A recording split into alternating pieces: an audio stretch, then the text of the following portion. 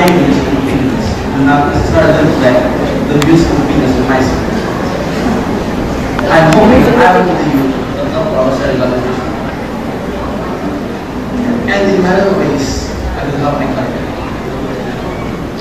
Our president, Nick Aquino III, son of the late Corazon Aquino, the first Filipino president, the first Filipino woman president of the Philippines, is now on his second term.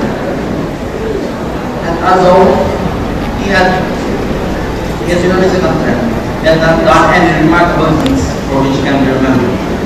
And with the recent dam controversy, it has given him a great blow and his efforts on corruption.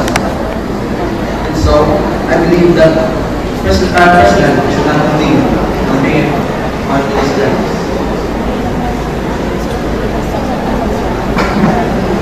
God has given us two gifts in life.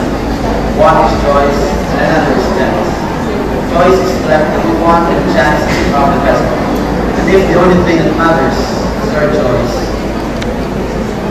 follow what Wilfred just said.